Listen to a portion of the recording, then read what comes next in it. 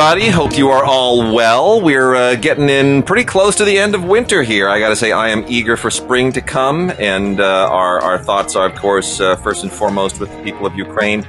And we should say the people of Russia, who are not the bad guys here, yes. right? No, this is about Vladimir Putin and a circle of cronies, relatively small, and to a certain extent, a military. Excuse me, which at the top of which are still a part of that circle of cronies. Those generals and things that run the Russian army, they're still billionaire cronies of Vladimir. They're not generals like our generals. Yes, they're generals and they're in the army, but they're not generals like our generals. They're still cronies of Vladimir Putin. And once you get down to about the colonel level, the equivalent of a colonel or a lieutenant colonel, that's when you start running into actual military people who are in the military, doing things that they're tell them. So, to a certain extent, I have a small amount of empathy for the walking around everyday Russian grunt soldier who has no idea what he's doing. What the fuck is going on here? It's like that's anyway. I just want to say that because I do understand that as a former troop. I've been in situations where some commanders have told me to do some shit, and I was like, "What the fuck? Are you serious? Are you sure that's the order?" I've been there. Yep. I think we're just trying to focus on the people here, because on this show we have reviewed Ukrainian movies and Russian movies and artists and filmmakers who are part of a grand, beautiful community, and we don't want the madness of some bad politicians to disrupt that. Got to hold that community together. So that being said, Tim, talking about holding a community together. Oscars are kind of blowing up in a nasty way. Everyone in the Academy, and I mean like everyone, is revolting. And it was at first a trickle. There were a handful of voices saying, I'm kind of insulted. There's a sound designer, or a sound editor, actually, an Oscar-winning sound editor, who's worked with Spike Lee and with James Cameron, and a whole lot of people. He resigned from the Academy in protest over this. Then John Williams came out against this, and then there was a big letter signed by like 70 or 80 people, including James Cameron and John Williams and Spielberg and who knows who else. And they're really under pressure now to back off and to include those categories in the live show. So I don't know what's going to happen, but it's kind of blowing up. It is interesting. A few days ago, a news story came out that suggested that Disney forced the Oscars to pull some of those through ABC because Disney owns ABC. But it's like to me at this point the who's at fault is irrelevant. It should be clear that this is a mistake. This is a bad idea, and I don't understand why what's so difficult about simply saying, "Oh, we're sorry." We were ignorant. We did not understand. And just saying all of those categories are going back into the show. Terribly sorry. Apparently, this is what happened. Apparently, the ABC execs were going to play hardball and say, if you don't make these changes, we're going to exercise this nuclear clause and we're going to cancel the whole show. At which point, the Academy should have said, "No, okay, then we'll live stream. We'll live stream on. Then you'll just look like schmucks." But they didn't, because the Academy is governed by people with no backbone, and they caved. And apparently this is also what goes on. I found this interesting. I never knew this before. After every year's Oscar show, and this is the Academy's fault for even allowing this to happen. After every year's Oscar show, Academy administration sits down with the ABC execs, and the ABC execs show them their data, however it's gathered, that shows every minute on a graph of the show, like where the viewership drops and where it comes back up, and you're supposed to correlate that to see, when you're talking about the short categories, nobody's watching, so you need to bump those. And they point out this. I mean, first of all, if I'm the Academy and ABC calls up and says, "Yeah, we'd like to have our little sit down and talk about," I would cut them off and just say, "I'm sorry. There's no sit down. We put on a show and we deliver it to you, and you air it and you sell whatever advertising you can. And that's the arrangement. And otherwise just run along." Because the show is the show is the show. This isn't an episode of whatever the fuck. This is the Academy Awards, and they are the show. The one thing that a network can do that I think that they have the right to do is to be particular about length. We are selling you X number of hours, or you're buying X number of hours, whatever the thing of it is. And this sort of floaty kind of, 40, we're not doing that. The show is over when the show is over. Tim, there have been shows that came in at a totally decent running time. There have been. All of those old Gil Cates shows, they did not run forever. Gil Cates ran a tight ship, and the problem is ABC wants to keep carving more and more running time out of the show to sell more and more advertising. What they might want to do is carve out fewer minutes, but charge more for it so that it stands out. That kind of creative thinking it never occurs to network people. But the Oscars consistently had like 40 million viewers. I mean, you had me into a class the other day, and I think I said this, right? They had 40 million viewers consistently, give or take, for decades, even into VHS and cable and everything. It was like a solid number of 40 million film fans who would tune in on a yearly basis. Sometimes it might dip into the 30s. Occasionally, like with E.T. and Titanic, it would pop up into 50 million territory. But for the most part, it was 40 until Dawn Hudson took over. And, they started doing 10 nominees and nominating, really, really obscure independent films because the studios weren't making good movies anymore. And then last year, it just cratered down to 10 million for obvious reasons. But what they need to do is get some Gil Cates discipline back in there, reclaim the running time of the show, stop with all this dumb banter. Oh, yeah. I don't need Ben Affleck and Matt Damon to walk up and start reenacting some buddy scene from, just shut up. Just walk up to the microphone, say, good to see you, buddy. Good to see you too. These are the nominees. Exactly. And just do it. Just hit me with it. Don't give me some shtick. You cut all that dumb shtick out that a writing staff sits around and gets paid to way too much money to come up with. Cut out all that stuff.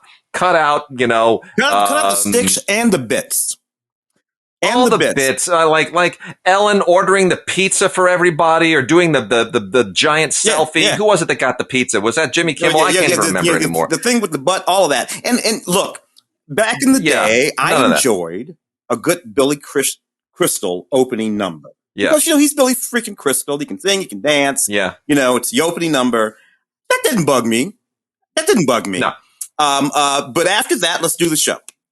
Let's do the show. Let's do the show. And part of the point of a host as well is to keep things moving along. Yes. Right. And that's why I think, multiple hosts this year, we'll see how that frames out. They've tried that in the past and it's been hit and miss, but that's why you typically want to have a comic. That's why Bob Hope did it. That's why Johnny Carson did it.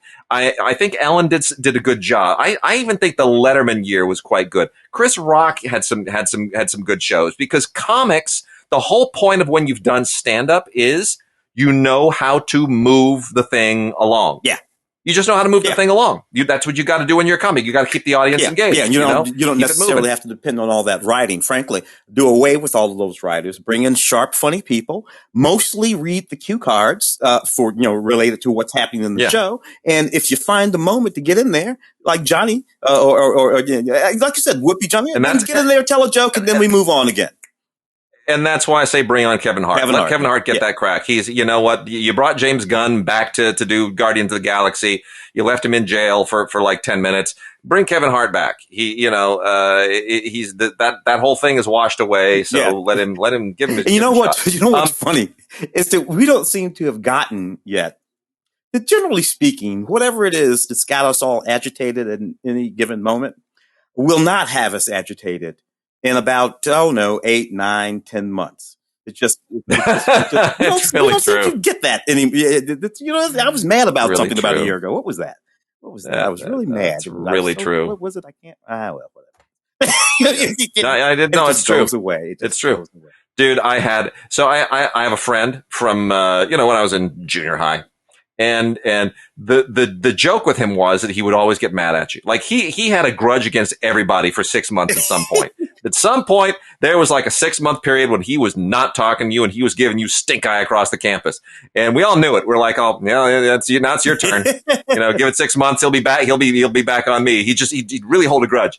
And the only reason those grudges ever went away was because he just stone cold forgot about what he was mad about. And eventually he was like, why am I mad? I don't even remember what you did. I just went away. Didn't actually do anything. Went away. So anyway, that's hysterical. What did you want to do? You wanted to talk about? Yeah, let's talk. So something very interesting happened with at Cinema Blend. We don't often talk about other outlets here, but Cinema Blend ran a review of Turning Red. Now, for those who don't know, Turning Red is the new Disney Pixar film, and it's the same filmmaker who made Bao, and she won an Oscar for Bao, the short Bao, and she has now made a feature that is also very rooted in her personal experience, and which, growing up Chinese in Canada with immigrant parents, it's very much, when she was 13-year-old girl, child of immigrants coming of age, and there's a fantasy element to it, that ancestrally their family, they are, defended by the giant red panda and all this kind of classic stuff, anyway. Really. It is, look, you got mom turning into a bear in Brave, which is very rooted in Scottish culture, and this is more contemporary, but it's a similar thing. You can find it in Native American culture. You can find it in Black. There's always some nutty story about people who turn into something. Turning into something. Yeah, totally. So in any case, Cinema Blend posted a review in which the Sean O'Connell, I think, was the who wrote it. Yeah, Sean O'Connell, who's like the editor-in-chief or whatever at Cinema Blend. And he basically just said, I don't know if this film is going to have really a broad-based appeal because it's about a 13-year-old girl who's Chinese in Canada, in Toronto, and it's all very culturally specific to age and place and culture and all this. And I couldn't really access it, and I'm not sure how many other audiences will as well. And suddenly, the Twitterverse is dogpiling the guy, calling him a racist and a misogynist. And how Twitter is. Twitter will just pop off at anybody. And he had to suddenly apologize, and they pulled the review. Now, as a film critic, my view is the whole point of a review is this is how I see it. You may agree or disagree, and you can attack me all you want, but I'm putting that out in the world, and that's my opinion. I did not read this one because it was pulled before I had a chance to read it. But I would like to have read it. I'd like to know what his point of view was so that I have the freedom to agree or disagree. Exactly. Right? Yeah, I mean, and I didn't see anything in what was quoted that I found to be terribly offensive. I get that some people would be hurt by that. I don't even get why anybody would be hurt by that. To be honest, sorry, keep going, but I actually don't see why. If I were a Canadian of Chinese descent young girl, why do I care what the middle age? I don't know. I have no idea if he's a middle aged white man. No, I hear you. Why do I care? But anyway, keep going. I get you, and I mean, I will concede there are films culturally that I cannot access, but there are others that I can. And sometimes it's one thing, sometimes it's another. We all have our blind spots. And in the case of Turning Red, I even said this on the radio, on Film Week, I didn't really have an easy access to it. It wasn't the Chineseness or the Canadianness of it. I love Joy Luck Club. That thing just hits me in the heart. But it was the 13-year-old girlness of it.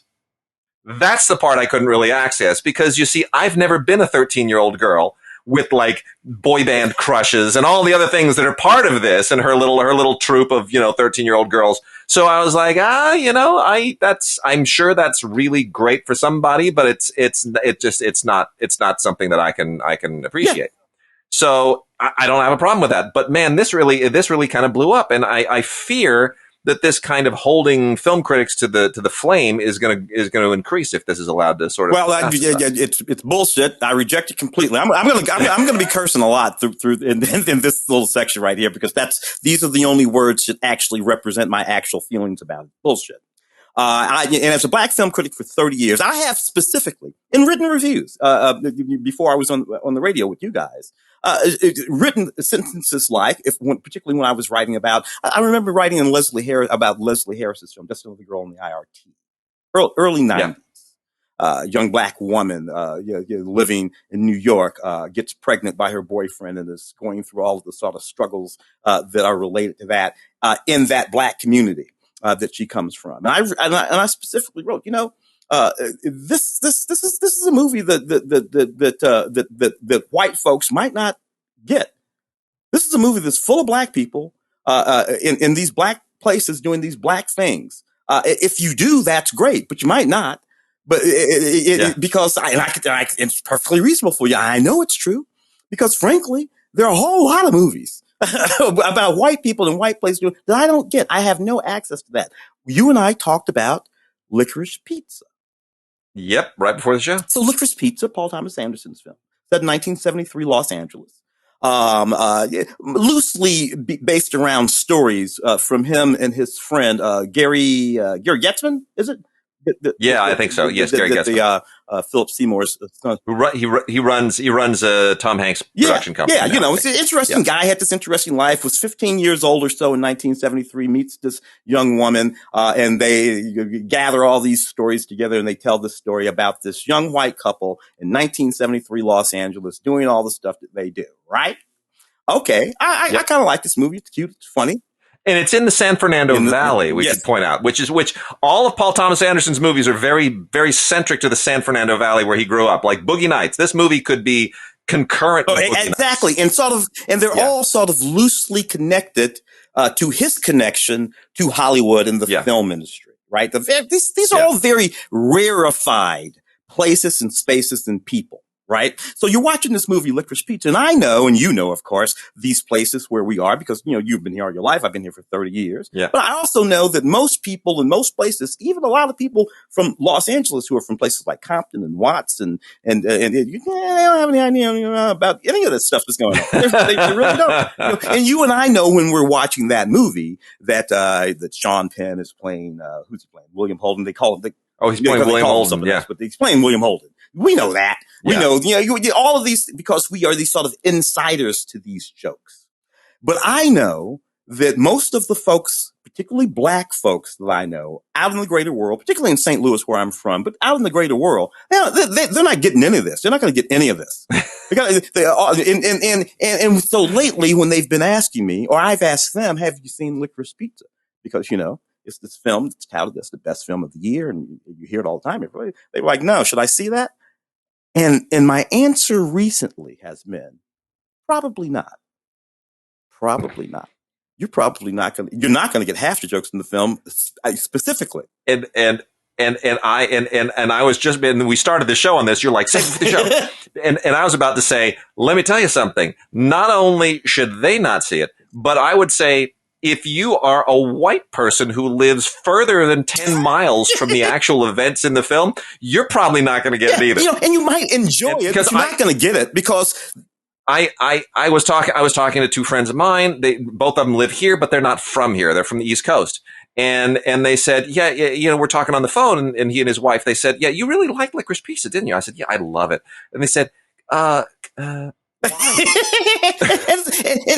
perfectly. First of all, the title of the film, Licorice Pizza. I grew up in St. Louis. Never heard of it. Did not know it was a record store. That title means nothing to me. Like, as opposed to you and Mark. Mark grew up here. You lived here. That all means something to you. That title means nothing to any just standing around black person at all. And I love the movie because even though I didn't grow up in the San Fernando Valley, I grew up adjacent to it. So I come from a rival community, right? So it's sort of like I come from what are the Bloods to the San Fernando Valley Crips. So at least I kind of understand I get it. I get the DNA, and I frequented a lot of those places, and we had friends there. So I mean, I got a lot of it, but I didn't even get a lot of what I thought I got. Like there are deeper levels to it the more that I've read the interviews with PTA. So yeah, I totally valid point, and that's a good example of what we're talking about with Turning Red. Exactly. So I think people are overreacting to it because it is a Pixar film. And because I think everybody really is pulling for the filmmaker so that she, gets like this big shot. I think people are feeling like that this is a criticism of her because she's a woman and because she's Asian. Yeah. Right.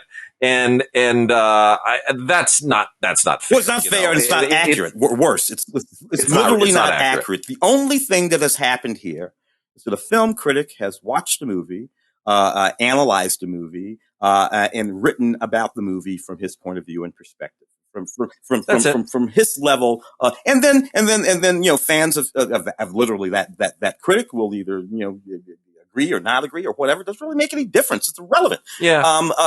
It's irrelevant. And the filmmaker, we should point out, Domee Shi, Domee, last name Shi. Domee Shi is the filmmaker, and very talented. Look, Bao is one of the most beautiful Pixar shorts ever. It's an absolutely beautiful, beautiful short. And this film is really well directed.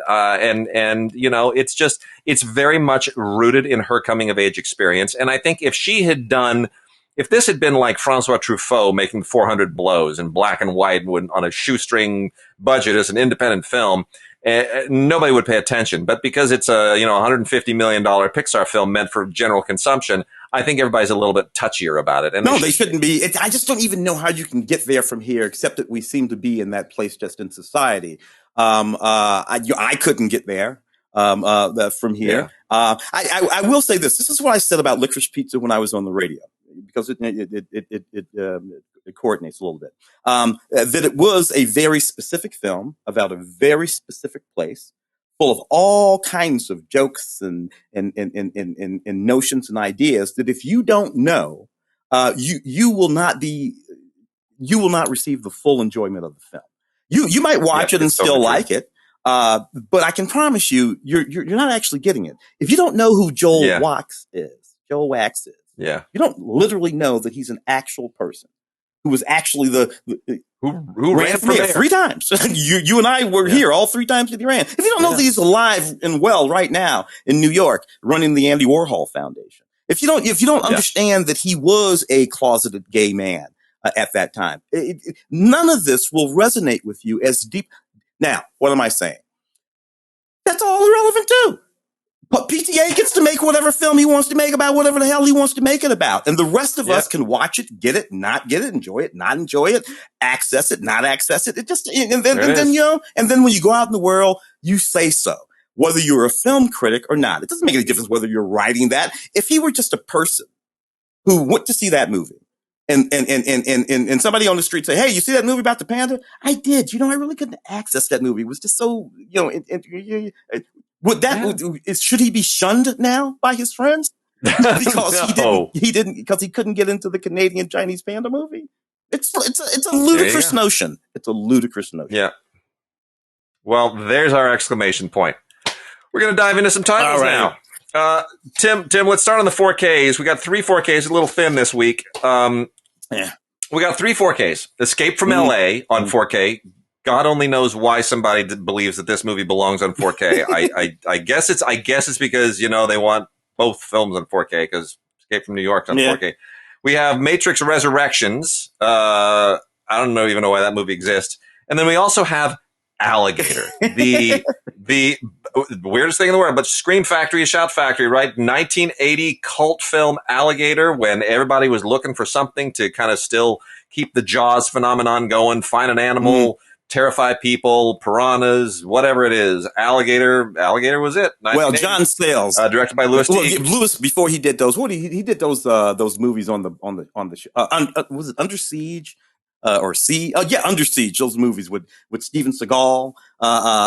That's getting later 80s. Lewis might have. Did he? I think Lewis did the first one of those. Or did he do this? He's in there somewhere. Lewis was a guy for a minute. And of course, Alligator was written by John Sayles. And, and the thing about these cheesy movies, John wrote them well. He wrote all those sort of pulpy novels and stuff like that. He wrote them well, better than most folks. And, and this was when Robert Forster, this is before the big Robert Forster comeback.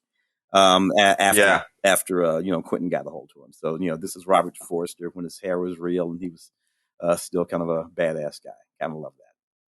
Well, I'll say this. I'm going to recommend this, not because the 4K is particularly amazing. It's fine. It's as good as you're going to get out of a 1980 exploitation film, transferred to 4K, because the elements are what they are. And it's a new 4K scan from the original negative. I mean, it is beautiful. Don't get me wrong. It's just not as beautiful as Dune, for example. But it's nice. It's really nice. Has an audio commentary with Robert Forster and Louis Teague. Terrific. It's wonderful. Reliving the old times. It's great. It's terrific. All the extras are on a regular Blu-ray. So there's the regular Blu-ray has all the rest of the stuff, which has, believe it or not, a Trailers from Hell thing on Alligator with Karen Kusama, who did Girl Fight and a lot of other really fine films. And I thought, that's really interesting. Why would Karen? That's why. You know why? Because Karen Kusama started her career as John Sayles' assistant. Oh, yes. And she has a career as a filmmaker because he liked her script for Girl Fight and personally financed it. Yep. God bless him. So that's what connects the here. Man. Lewis was Navy SEALs. That's the movie that I was thinking of. But Lewis was also Jewel of the Nile. Well, let me tell you something about Alligator. So, Alligator had a sequel, Alligator 2. I don't think I do. And let me tell you something about Alligator 2. Alligator 2 has a wrestling scene in it, which was shot at the Ambassador Hotel. And in that wrestling scene, which includes a really bad dialogue scene featuring what's his name, the guy from the Stuntman, Steve. Steve Railsback. Yeah, Steve Railsback. So the terrible dialogue scene in there with Steve Railsback, who could not remember his lines that day to save his life. And the reason I know this is because I was sitting at an adjacent table in a double-breasted suit as an extra with two other people, including this 60-year-old lady who was swearing that her time to be a movie star was just around the corner. and that's what we were talking about as extras, mumbling, my time's going to come. My time's going to come. I swear my time's going to come. And meanwhile, this wrestling scene, you see me in the film a couple of times. You can see me in Alligator too. And it is truly embarrassing. No, I love it. Great piece of humiliation to me. But anyway, that's also out. They didn't send it to us to review for obvious reasons, because I would have told this story with even more gusto. Tim, did you watch Matrix Resurrection? I did, because Sherm's a big, our buddy Sherm is a big Matrix guy and everything. So here's, look, my opinion is this. I get it. Your Matrix, you pull the trigger, do it again, all of that's all fine. But the problem is, you have to undo everything that happened in certainly the first, but all of the Matrix films, in order to make this film. That means that the hero and all that I had vested, I have to relinquish all of that. And frankly, I resent that. So I couldn't even enjoy the film because I was deeply steeped in my resentment of the film. So that's the end of that thing. And we only get half of the Wachowskis here. This is only Lily Wachowski doing this alone, solo, which is interesting. And I have to say, I didn't even think this was very well made. No, it's very sloppy. I thought it was sloppy. It's not like they, cut the budget or anything. I mean, it's loaded with production value, but I thought it was sloppy. I thought the shot selection was poor. I thought the editing was poor. I thought a lot of the acting was poor. I didn't think some of the scenes were constructed that well, just conceptually. It felt like, okay, they just, somebody's going back to the Matrix well to kind of work out some issues, and I'm not even sure what those issues are. I don't know why this story needed to be told. I don't know what this does. It's an undoing of it, and of course this one is in service of all kinds of things, fan service, I guess is what we call it, but all kinds of things. So mostly as we watch this, we're seeing, oh, that's the guy from Matrix. Oh, this is this guy from, those are the twins from Matrix. Oh, and so you're doing that. So all I know is that when you're writing a screenplay, if you have to look back at 3 other screenplays and decide what little moments and elements and characters and phrases and things that you're going to sprinkle into this screenplay in order to satisfy. All I know is that you're going to come up with something that's deeply, deeply unsatisfying to me. And there it is. Yep. Well, anyway, it's on 4K because all the rest of them are on 4K, so it's kind of obligatory on the part of Warner Brothers to have to do this. It doesn't have much by way of special features. It's just kind of, it's just sort of take it or leave it. And I would say leave it. Lastly, Escape from LA, which has to be one of the stupidest sequels ever made. But, like that whole wave sequence and his skydiving crap, like it's almost like John Carpenter just did the same thing here, only with less success that Joe Dante did with Gremlins 2, which is, I'm just going to go for camp because there's really no reason this movie should exist. So I'm just going to make it a parody of the first. Yeah. And I think on that level, it kind of sort of works. Whatever happened to the remake of this that they were going to do with Hugh Jackman? Good question. I have no idea what did go down with that. I don't know. That went nowhere. Thank goodness. But anyway, there's an earthquake, and the earthquake is the justification to do the same crap with LA with Snake Plissken they did before. I mean, it's a dumb movie. It really doesn't have any reason to exist. John Carpenter, by the way, is in that Foo Fighters movie that we talked about on Radio. Oh yeah, I did not know he was. He's walking around that movie. Yeah, John Carpenter. He wrote a song of the theme music for the film, and then he's also the band's sound mixer. He takes off very early on in the film. There you go. And then Foo Fighters start killing and eating each other, but that's fine. Anyway, there's nothing really Escape from LA. There's nothing really on here either. It's just it's a fun little I don't know, cameo machine, I suppose. You got all these people. Pam Grier pops up, Bruce Campbell pops up, Steve Buscemi pops up. Paul Bartel pops up. But it's not actually a movie. It's not really. Let's get into some other new movies here, Tim. We got a couple of Oscar-y things here right off the top of the bat. Let's talk about Belfast, because I say Belfast is going to win Best Picture. I've said it since I saw it at the premiere last year. Everybody told me I'm crazy. A lot of people think this movie's boring as hell. I said, yeah, just watch. It's going to win Best Picture. Cause they're like, what else? Well, Year of the Dog. Really? Because Sam Elliott just badmouthed Year of the Dog, and everybody's calling him a homophobe because he said, ain't no gay cowboys wearing chaps and taking their shirts off, and whatever it was that Sam Elliott said. Look, it's the same thing we just said earlier. Sam damn Elliott married the woman of everyone else's dreams. He married Catherine Ross. Just keep in mind, Dustin Hoffman wanted her, didn't get her. Butch and Sundance, Robert frickin' Redford and Paul Newman both wanted her, didn't get her. Sam Elliott got her and held on to her for 50 years. So cut the man some slack, for crying out loud. Sam Elliott gets to say whatever he wants about the Jane Campion. He's 77. Stuff. That's why he can say whatever he wants. Oh, he's almost 80. Come on, lay off. Sam is funny to me though. Sam is from Sacramento, and like for the first half, 3/4, whatever you want to call it, of his career, he didn't play any cowboys at all. He just played dudes and guys and fellas, and like lifeguards and things like that. And then hit about 45 or 50, and I guess got a cowboy hat, and he's been playing cowboys ever since. It took me. That cracks me up. I'm like, go Sam, go baby. And look, Sam can think whatever he wants. This is what I say about Power of the Dog. I know we're talking about Belfast. Yes. This is what I say about Power of the Dog. It's Jane Campion's fifth best film. It's also her fifth film. Take from that what you want. So Belfast is basically, Kenneth Branagh made this between the two Agatha Christie movies, and it's very personal. It's a black and white film about his childhood in Belfast in, a very, very tense time with the Protestant Catholic violence and all of that.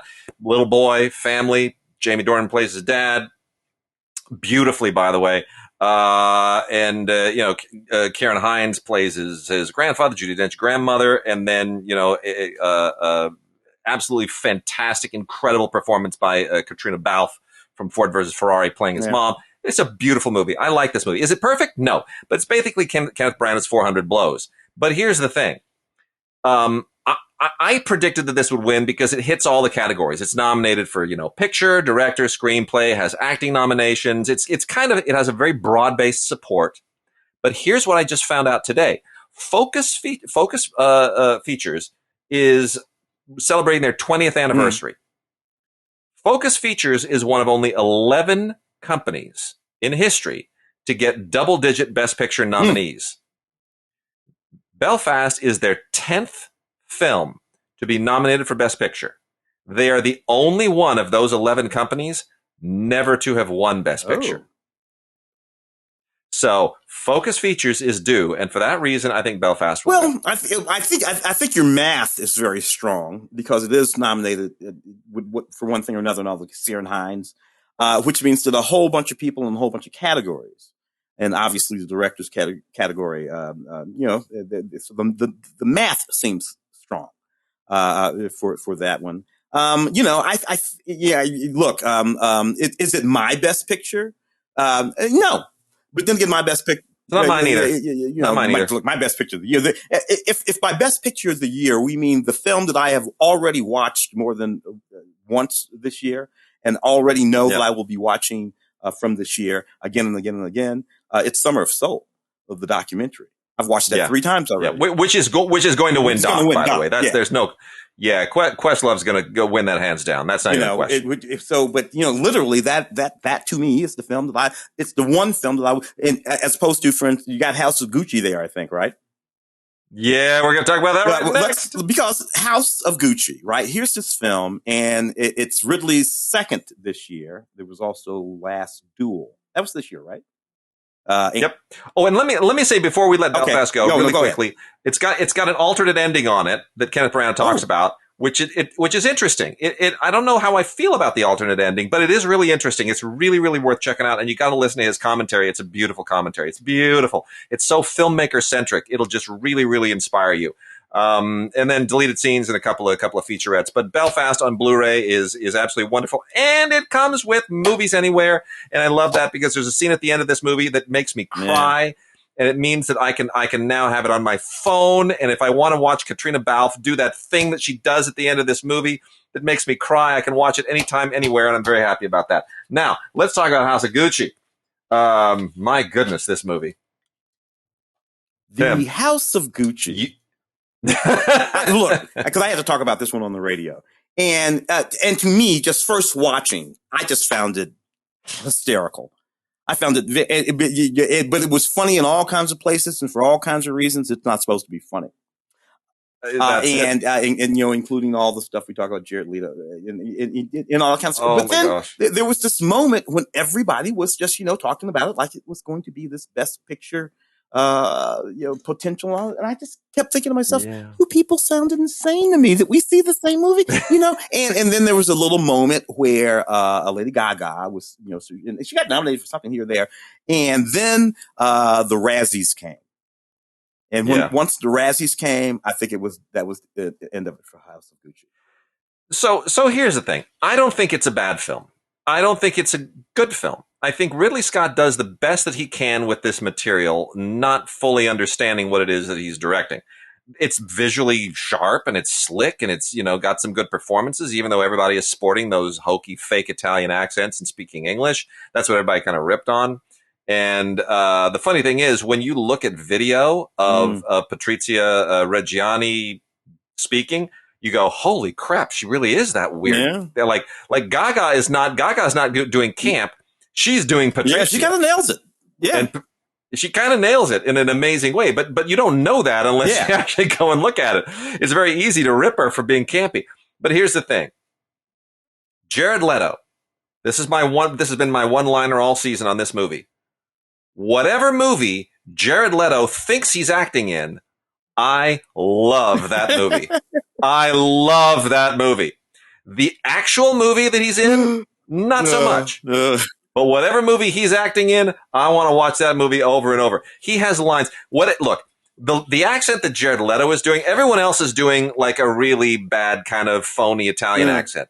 Whatever Jared Leto is doing, there is no Italian who has ever lived who does that accent. I don't know where it comes from. Like when he says, "I am bursting with creativity." That's not an Italian accent. I don't know what it is, but I'm bursting with creativity. That's brilliant. Bursting? Come on. Give it up for Jared. That's amazing. I don't know, whatever. I just felt like it was more of and you know what's funny? Pacino, the one guy who probably has the right to do an Italian accent in this movie. Yeah. It's the one guy who's like, you know what? I'm not doing that. He's like, you guys go ahead and do whatever you're doing. I'm just gonna go ahead and talk like Al Pacino because that's as Italian as you're gonna get out of me. So, but it is interesting that there that movie was and how it just sort of all fell apart here during the award season. What they put on that thing anyway. Yeah, very little. Just some featurettes, actually. I mean, there's nothing else of note. It comes with a code it's MGM, so you can put it on Vudu or whatever, but or Apple TV. But I don't know who's going to necessarily do that. Yeah, it's just featurettes, no commentary, nothing. Ridley clearly did not want to have this one be remembered. Very interesting.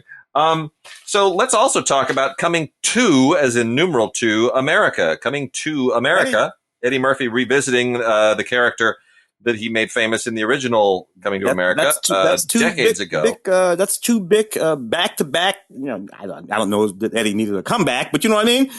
Dolomite and this back to back, two big hits.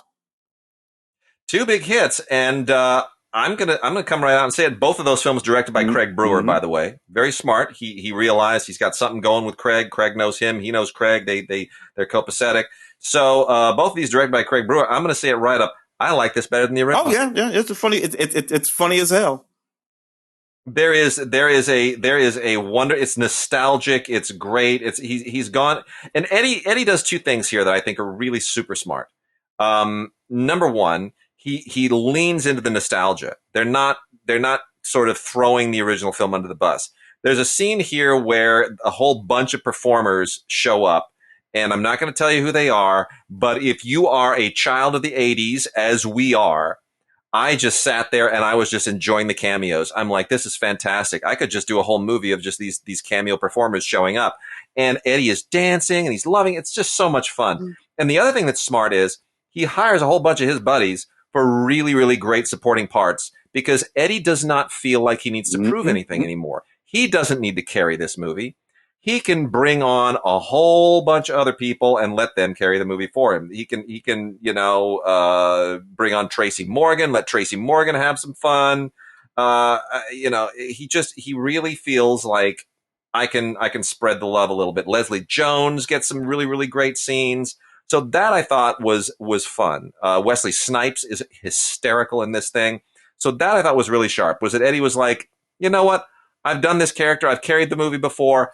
I'm going to let everybody else have some fun with this for a change. Very, very gracious and generous. I think this is a really fun film. You know what I like most about this movie?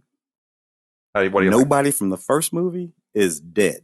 Because they're all in this movie. John Amos, they're all still alive, walking around, just being funny. And John Amos, that's a really looks great point. Exactly the same. That's a little creepy. I'm like, what the hell, John Amos? He still looks like he could knock me out. That's for sure. He's got to be almost 90. And what I also love about this too is that even Louis Anderson shows up again. And I thought that was sharp because for those who don't know, the only reason Louis Anderson was in the first film was because Paramount said to Eddie, believe it or not, you got to have at least one white person. like you wrote, there are no white people in this movie. You got to have one. And I don't know how Louis Anderson wound up representing all white people in this movie, but it's hilarious. So I think the fact that he came back in this is just of course, Louis is gone now. Louis, yes, yes, he is, but not. But anyway, fantastic. Yep, absolutely fun. Not much by way of special features. There's commentary by Brewer and then a couple of featurettes, or one featurette and some trailers. But really, Coming to America is a lot of fun, and I didn't think I would actually appreciate it as a sequel, and I did because they played it totally right, played it totally straight. Do you have a Journal for Jordan over there? Yeah. Journal for Jordan, which is interesting because again, this was a film. Denzel Washington directing, maybe his third film, something like that. Maybe I think he did Antoine Fisher. I think he maybe did that football movie. Anyways, not many. And Fences. Antoine Fisher, Fences. I thought Fences was Wolf, who directed all those August Wilsons and Ma Rainey. No. Denzel directed. Denzel directed. Yeah, he doesn't direct all that often. He might have 4 or so. Not often. And this one here, which of course is an adaptation of a book and based on a true story, and Michael B. Jordan. It's really a lovely, lovely movie. Shantae Adams, about this young soldier who goes off to the war, but he leaves ultimately because he doesn't make it. A journal for Jordan, and it's a beautiful, beautiful movie. Didn't quite have the awards run that I thought it might. Frankly, just based on the fact that Denzel directed it. But nevertheless, make no mistake, it's a lovely, lovely, heartfelt film. I kind of like it a lot. It is a very, very sweet film, and look, anything with Michael B. Jordan in it is going to fly. He's one of the best young actors we've got, and he's got a ton of range, and so, yep, I get behind it as well. Speaking of, let's do something here. Billy Crystal and Tiffany Haddish in Here Today. Yeah, I saw that. Directed by Billy Crystal. What'd you think? Well, look, I get that a lot of people didn't. It's about this. It's about Billy Crystal. He's this writer, and he meets this woman, Tiffany Haddish, through some sort of wacky thing where she ends up winning a lunch with him. One of those kind of things. And the show that he's a writer on is a Saturday Night Live-ish type show. And it's one of those things where he's like the oldest guy in the room. Like Saturday Night Live's been running, 40, 45 years, something like that? Oh, dude, since 50. 50. So it's one of those, and he's like the old guy, from 50 years ago, who was young and funny back. But now he might be about 50. Is it? I want to say 75. 75. So so it's almost 50. Almost 50. It's close. It's so like a Lauren Michael type guy. Only instead of being the boss of the show, he's this head writer guy who's been around for a while, and he's none of his bits are getting on air anymore, and it's just this whole thing that he's going through. And Tiffany wins this lunch with him, and she's just a gal who wins the lunch. And she didn't even win the lunch; her boyfriend won the lunch, but she dumped him, and the only thing she had left was the lunch with Billy. And it's about this relationship that they established, and a sort of poignant sort of thing starts to go on. But look, I got to tell you, I enjoyed all of this. It was insanely obvious, first frame to last. And it pokes at your heartstrings in all the way that a movie about this stuff will poke at your heartstrings. But you know what I liked? Tiffany and Billy were just fucking hysterical. It's like you can tell that every now and again they would just go off on one of those, Billy would do 3 minutes and then Tiffany would do 3 minutes and then Billy would do 3 minutes. And it's like we're at the Comedy Store. We're not even in a movie anymore. But they're just tossing it back and forth. And I'm like, I forgot what this movie is about, but you two are cracking me the hell up. So that's where I landed with this movie. Well, it's not on Blu-ray. It is only on DVD, but it's a sweet film, and I think got a little bit unfairly pilloried. But only on DVD, not Blu-ray. Also, only on DVD and not on Blu-ray is "Sweet Thing" by Alexander Rockwell. Now, Alexander Rockwell. This is from Film Movement. Alexander Rockwell, probably less famous as a filmmaker, more famous for marrying Jennifer Beals at the time of Flashdance, but a solid independent filmmaker in his own right. And this was made last year. Didn't get enough traction, I don't think. It got a little bit. It was at Tribeca. It was at Berlin. But in Film Movement gave it a good shot, theatrically. But it should have gotten a little better exposure. I think people just didn't bite on it. It's a wonderful little coming of age film. Kind of sits nicely right between Licorice Pizza and Belfast. I think we're talking about all these kind of coming of age films. But I thought this is really nice. It's about these siblings in New Bedford, and kind of a wonderful little coming of age summer adventure. Maybe a little bit of Stand By Me in this as well. I thought it was really, really sweet, very insightful, very honest, and just beautifully made. I got no gripes about it. I think it's really tight too. It comes in a nice 90 minutes, really, really sharp. Great acting. Yeah, well, two of the leads in last name Rockwell, which is fine. But what I really loved in Karen Parsons, who we will know from The Fresh Prince of Bel-Air, played his sister way back in the day. She's in this film. She's wonderful. And of course, Will Patton is really, really good in this film too. Yeah. Oh, Will Patton can do no wrong for me. You know why Will Patton can do no wrong by me? Because Will Patton recited one of my all-time favorite lines in any movie ever. And you and I may be the only people who like that movie. You know what I'm talking about. It's Kevin Costner's. Yes. Will Patton, and I know people hate that movie and they rip on it. And I don't care. Will Patton has this great line in there where he leads the kind of the Mad Maxy group of, he's the leader of the gang, the guys that are, have now become the mercenaries around this post-apocalyptic wasteland. And there's a line with Will Patton. He kind of gets this wry smile, like he's thinking back on the good times, and he says, "I used to be a country singer."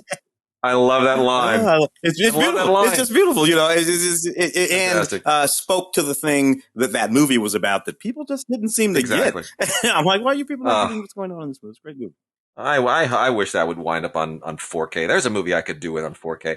Anyway, the Sweet Thing, the Rockwell film, also features a really cool little short film, The Binding of Itzik, which is this wonderful, wonderful story about set in a life in the world of Hasidic Jews, and it's about a bookbinder.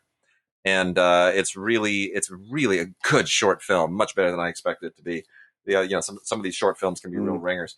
Tim, did you see Limbo by Limbo. chance? Did I see The Limbo? British film Limbo, not the John Sayles Limbo. Oh, this is one that came out last year. Ben, what's his name? Ben Sherrock film, if I'm not mistaken. Yeah. I did see that film. Yeah, that was a little film about the Syrian kid and his family, and he gets stuck stuck someplace in Scotland or something like that. Yeah, I mean, a really kind of an unusual fish out of water movie here. It's about this Scottish island where a bunch of refugees, Middle Eastern refugees, are being plopped, and this one guy, he's a Syrian, he's a musician, and he's from Syria, and he suddenly finds himself in remote Scotland, and it's just the most culturally alien landscape ever.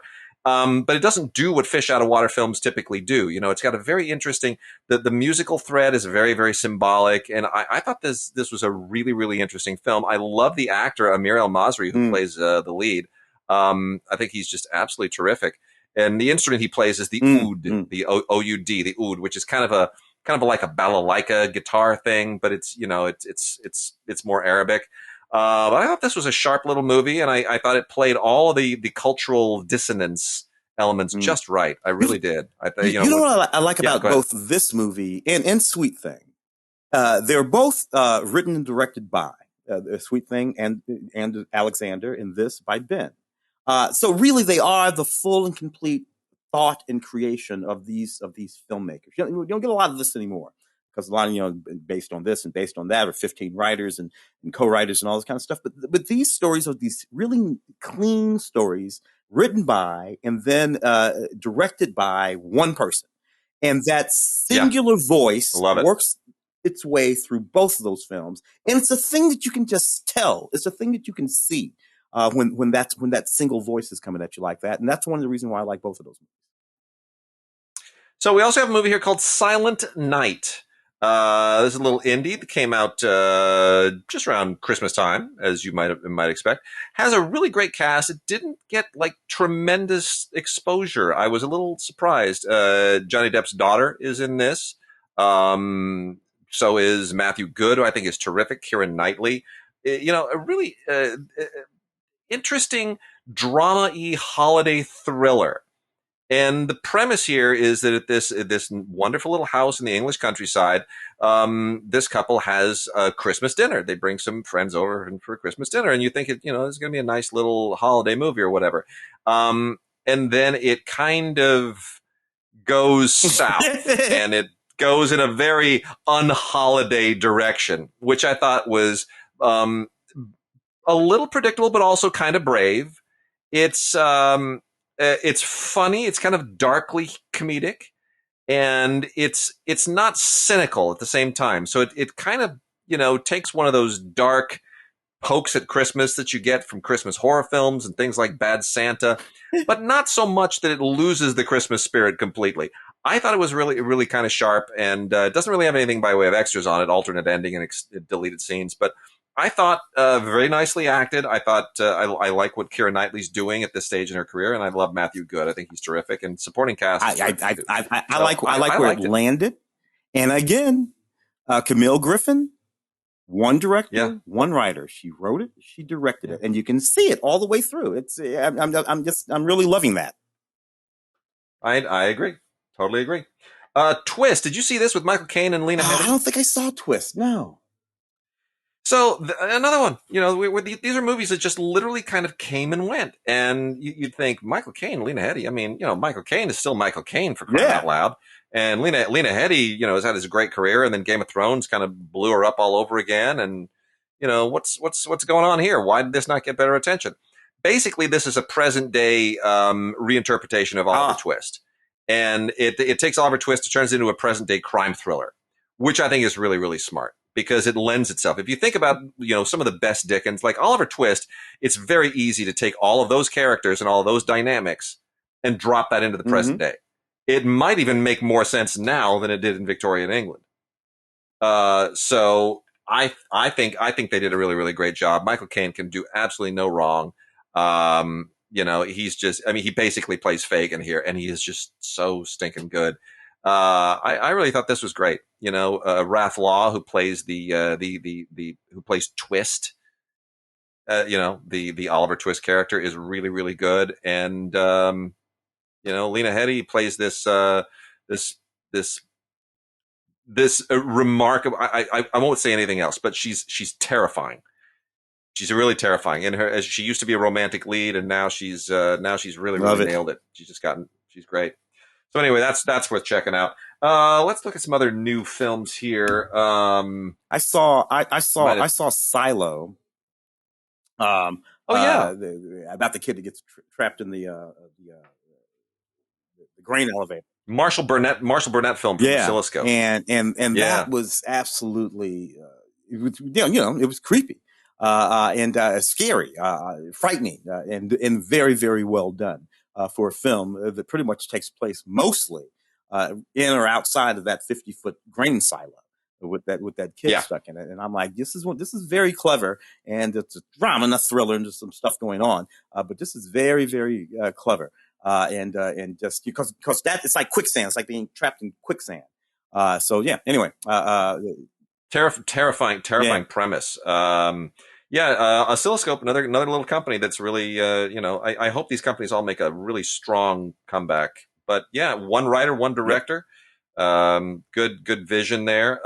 This comes with a few special features: documentary, a short documentary about the making of the film, and then a couple of panel discussions and featurette and trailer. We've also got, let me get a couple here. Superhost. Oh yeah. I want to talk about Superhost, another Shudder original. We could have put this in with television, but Shudder's always we talk about a lot of Shudder stuff on Film Week, so sometimes I feel like, well, we might as well include it in the new film. We have to spend some time, maybe in an opening bit, just talking about the whole range of mid-tier distribution companies, production/distribution companies, and what they do and how they do what they do, and all of that stuff. Because there was a moment when all of those companies went away, as you talk about all the time. All those companies went away in the middle of the 2000s. A picture show and all these kind of companies just went away, and they all seem to have. They didn't come back, but a replacement for them to have stepped into that space seems to be companies like these last two or three that we've talked about, that are just sort of in there. A lot of them are doing the little horror kind of stuff, but some of them are doing stuff like this. Superhost. Yeah, well, Superhost is it's actually really, really funny. From the director of Z and Stillborn, Brandon Christensen, writer director, all by himself again. True, but like that means anything to most people. Nothing. Z and Stillborn means nothing. But yeah, Brandon Christensen, writer director. So here's what this is about. This is mostly taking a poke at like social media and social media narcissism and like YouTube, things like that. So you have this couple who are they're vloggers. And they have this channel that used to be really, really, really successful, but the subscribership to the channel has kind of, it's diminished over time, and they're trying to figure out how can we really, kick our likes and our user base back up again and our subscriber base.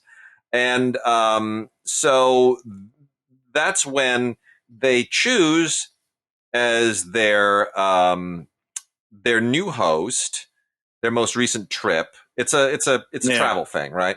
They do vacation homes, and it's like, so that's what it's all about. It's visiting vacation homes. So their latest vacation home host is this girl named Rebecca, which I think is really clever nod to the Hitchcock film, because she is nuts. She is out of her mind. And that's where everything goes completely wacko. I thought it was fun and campy and it's sort of off the edge in all of the right ways. It realizes this is completely unhinged. It has kind of a Scream quality to it. So if you like the Scream films, this feels like it's of the same general thing. And I love movies that have the guts to give us female psychos. They're like only 4 people in that whole freaking movie, if I'm not mistaken. It's great, right? Well, most of those Shudder films are like that. They're increasingly like that. It's an interesting thing, interesting field. Shudder's parameters, they seem to be, and I'd love to know specifically what they are, but when you watch most of those films, they do seem to be, can you pare it down to as few locations and as few people as possible? Can you give us a ton of scares in only a few places with minimal people? That's what seems to really I would not be surprised if that's not literally a part of their doctrine. We're only paying a writer-director, and they need to be the same guy. Yeah, exactly. We're only paying them once. Yeah. Fortress. No, not the old Christopher Lambert Fortress. No. This Fortress is with Bruce Willis and Jesse Metcalf. Yeah. This prison has no bars. I don't even know what that tagline means. This prison has no bars? Like, what does that even mean? I don't understand. Isn't that like, Escape from New York? That didn't have any bars either. What? I can tell you what, this movie looked like it was set in a high school basement. It looked like it was set in a high school basement where they just painted all the walls gray and then put up some LEDs lights. Well, anyway, so Bruce Willis shows up once again. This is one of those grindstone movies for Lionsgate. So if it's not about a talking animal, it's an action film with Bruce Willis, because they got Bruce Willis on speed dial or something. It's ridiculous. He shows up in like more than half their movies. Anyway, so he is. I'm just going to read the actual description. Tell me, like, sometimes the copy just blows my mind. This is literally what it is, but this blows my mind. So Bruce Willis plays, quote, a retired CIA agent living at a secret resort in the woods. What? What? Oh, God. Does that make any sense? A secret resort in the woods? What?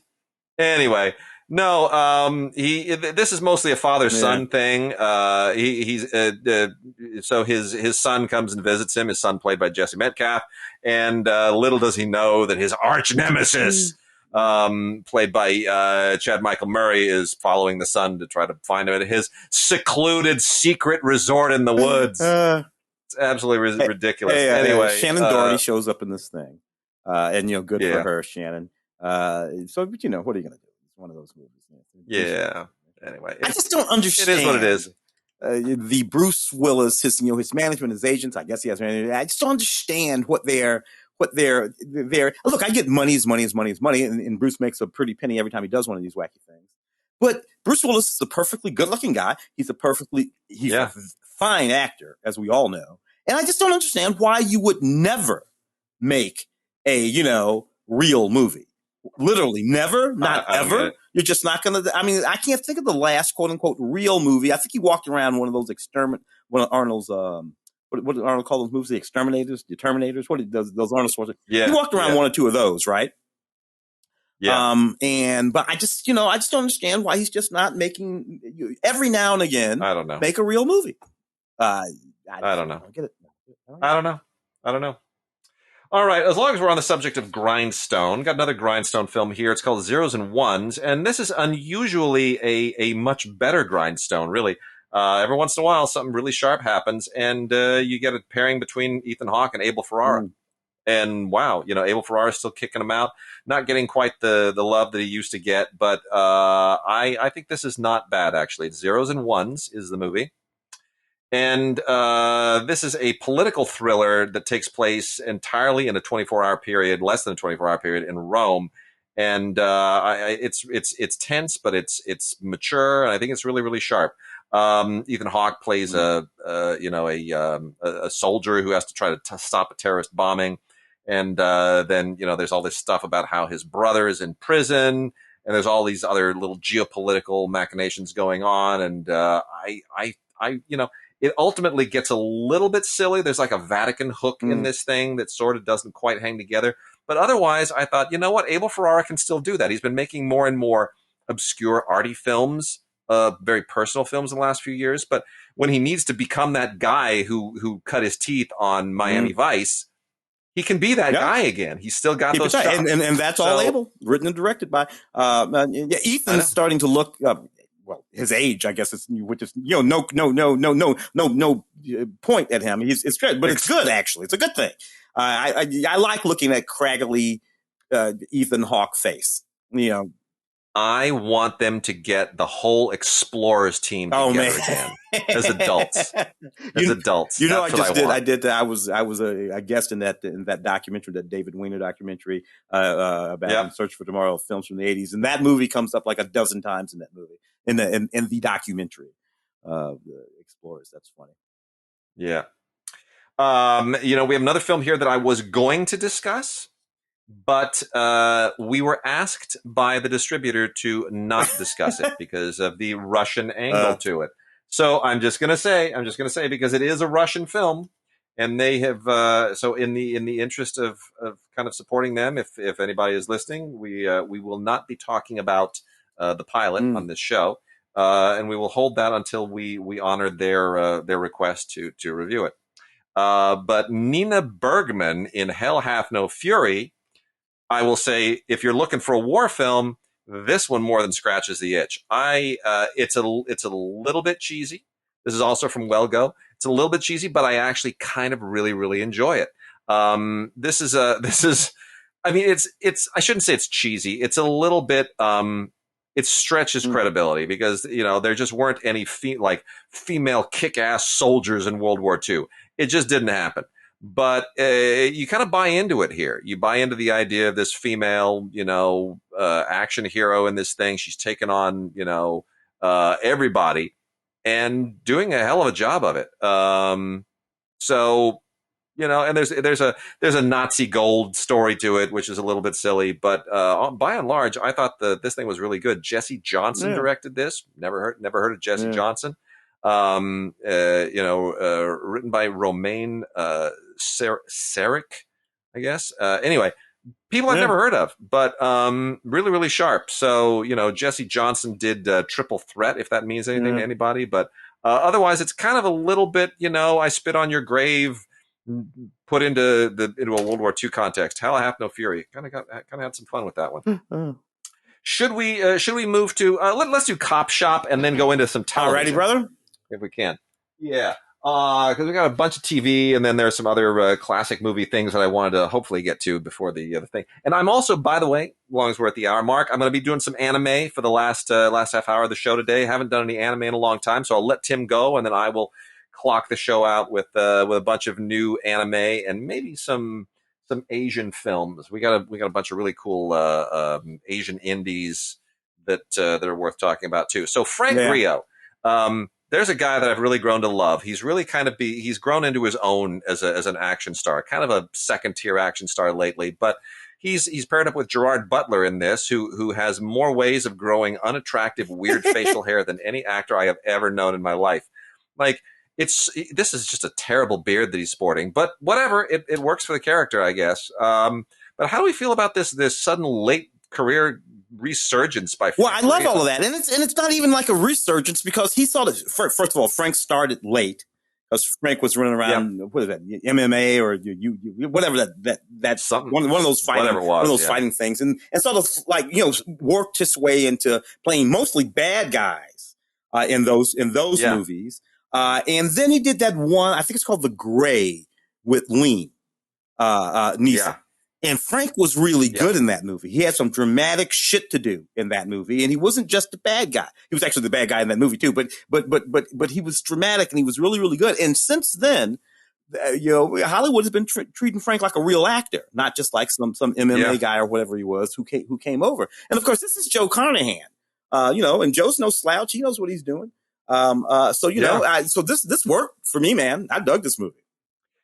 I think Cop Shop is really cool. It's very surprising. I like the twists and turns it does. Carnahan is a guy who's always taken risks. He's taken narrative risks. He takes stylistic risks. And I like that. I like that a lot. And it's got a Movies Anywhere code on it. And what I like about this is it starts like a kind of a cat and mouse thing, right? Griot plays a con man. Gerard Butler plays this hitman who's out to get him. and you think it's just going to be like a cat and mouse thing, but then it becomes like a cat and mouse, or a cat and mouse, right? There's a third element that kind of comes in sideways, and I thought it did a lot of really, really interesting things, a lot of really surprising stuff. In some respects, speaking of our friend Sherm, this reminded me a little bit of the Mexican. Oh yes, Gore's right? film with Brad and Brad and Julia Roberts and James Gandolfino and all that. Yes, it did. I never made that connection, but you're absolutely right. It kind of scratched my Mexican itch a little bit, and I was like, oh, that is really interesting. So anyway, there it is, Copshop, and the Movies Anywhere code is right there. You add it to your gear. All right, let's move to some TV. You got that Batman the complete. I mean, given that Batman just happened, you got that complete series there. I gotta tell you, I'm terrible with respect to this whole Batman situation, because right this very second, as we sit here, my favorite Batman is Adam West and your 1960 that TV series. That's still my favorite Batman, and my second favorite Batman is still that Tim Burton movie. I get it. These are out of the canon of the revived Dark Knight, Batman. Yes. Although I do want to point out that Michael Keaton, though he was funny, he didn't play Batman for camp. He didn't. Tim played it for camp, but Michael didn't. And I think Michael Keaton did two solid movies, but certainly that first one is my favorite Batman. Anyway, that's my Batman spill. Go. So I'm going to share something here real quickly. So when speaking of the Batman, as I'm sure I've mentioned on the thing, I've known Matt Reeves since high school, and I've got to find the text here, because when Matt, it's been years. No, it's been years since Matt signed on for Batman, right? And hold on. And one of the last texts that I sent him at that time, let me find out. Hold on, I've got to find it. I've got to find it. I have got to find that text. Where is that darn text? Because let's see, we were just talking about Matt in my class in my class the other night too. Well, anyway, I can't find the text right now. I'd have to go back and really dig for it. I should have come up with it. But when he signed on for Batman, which was like 4 years ago, because I have to go back 4 years worth of in the text. When he signed up for it, I sent him a text, and I said, and all I put in the text was, "So help me, you better give Adam West a cameo." and he never texted back, because why would he? Why would he? What are you going to say to that? That was a ridiculous idea, but I thought it was funny at the time. Anyway, I celebrating Matt just killing it on that incredible opening weekend, and it's going to go well over $1 billion. And for a 3 hour, almost 3 hour movie, that's almost 3 hours, baby. Could not happen to a nicer guy. So that said, the Batman, the complete series, is animated, and they're releasing this obviously to capitalize on it. And it's this is one of the they do a lot of interesting things with the DC animated stuff. This one goes a little more aggressive than the traditional DC animated look. I don't particularly like Robin in it. They do, like, Robin's almost more like Eddie Munster in this thing. He's a little too young, and I don't know. He's a little too, the drawing here is all very angular. So I would have preferred it not to have a Robin, but whatever. There it is. You can't, beggars can't be choosers, but, comes up with a lot of the great villains, Mr. Freeze and the Riddler and Batgirl and Superman, and, they all show up in this thing, and I don't know that it transcends any of the others, but it certainly it's got its own qualities. It has a featurette on it, and a few other little interesting featurette type tidbits, and that is Batman the Complete Series. It's animated. It's on Blu-ray, and also comes with a digital code that you have to redeem pretty quickly. What is the? This must be the Jodie Whittaker series, Doctor Who Flux. Series 13. 13th series. 13th series. I've not been able to keep up with. I've seen the first a couple of rounds of Jodie, but I'm not completely caught up with Jodie, including. I believe this is a 6-part standalone serial adventure with Jodie. And I think it's really, really quite good. I mean, I know a lot of people have been hit and miss with Jodie. I think there was a little bit of kind of slightly misogynistic at the beginning of it, certainly. I've enjoyed them. If I've had any issues with the Jodie Whittaker Doctor Who's, it didn't have anything to do with her. It had to do with stories and character. Yeah. Well, see, this is what I was going to say. The thing that I like about Jodie is a very particular kind of actress. And what I like about the way that she plays Who is that she understands that there is a core to the character that is that person, that alien person who lives in all these bodies and regenerates, and that she understands that that's the core of the character. So she finds that, and she's able to maintain a certain continuity with all the previous male actors who have played Who, and you almost forget the gender flip. You really do. It didn't make it, and I can see her doing that. It's really this beautifully complicated thing that she's doing. It really is. It's very, very cool. I can see a little my guy Tom Baker. I can see a little bit of Pertwee. I can see a little bit of Sylvester in there, and the way she's gathered that all in together. Because frankly, a lot of the other Doctor Who's they didn't bother to do that. They just built it from the ground up. Peter Capaldi, the Doctor Who before her, he just built that guy from the ground up. Fine, got no problem with that. True. But he really did build him from the ground up. In some of the other ones, but Jodie touches on all the little touchstones. And that's what's great, because there's a whole thing about Doctor Who's past here. And that's what I love, is that she's able to draw on all of that DNA and really, really kind of take these 6 parts and kind of build the character in ways that you don't often get to at other points in the series. So I think this is very, very cool. There is one thing, though, that is very chilling here. And that is, and obviously they could not necessarily have anticipated that, but the Crimean War, the old 19th century Crimean War, plays a part here. And, when that comes up, you can't help but just go, oh, son of a bitch, that poor area. It kind of, you get your blood runs a little cold in that moment. But really the, finding out what the Flux is, it's really cool. Doctor Who Flux, the complete 13th series, is a great 6-part adventure, and, very, very, very strong. Excellent. Supergirl season 5. You got Supergirl season 5? Oh yeah. Sure do. The last one, it's all done. Yeah, which is fine. And frankly, Legends of Tomorrow and Flash could take a cue. The new Flash just cranked up yesterday, day before, whatever. I'll binge it at the end of the season. That's what's to do. That's what's to do that. Yeah, I really need for them to just have their kids and close the loop. Close it. Just close it. We're done. This was great. We're done. And Supergirl has been fine, I guess. They hit some speed bumps early on in this show, and they've kind of cleared them. But yeah, I agree. This is done. Kara, got to move on. Nuts about Melissa, right? Melissa Benoist, is that her name? Melissa, you know what? Melissa really, this took her from A to Z, and I think Melissa is ready for bigger and better things. I don't want her to age into her twilight years playing Supergirl. Get stuck in Supergirl. Don't do that. She's ready for features. Put this girl in some features and let her really, really show what she can do. That's what I feel. Melissa Benoist, and I think we're done here. I wouldn't be afraid to see maybe some of these characters kind of be spun off, but Supergirl, done for now. Adventure Time, Distant Lands, HBO Max original. I never really got this thing. I never really did, but whatever.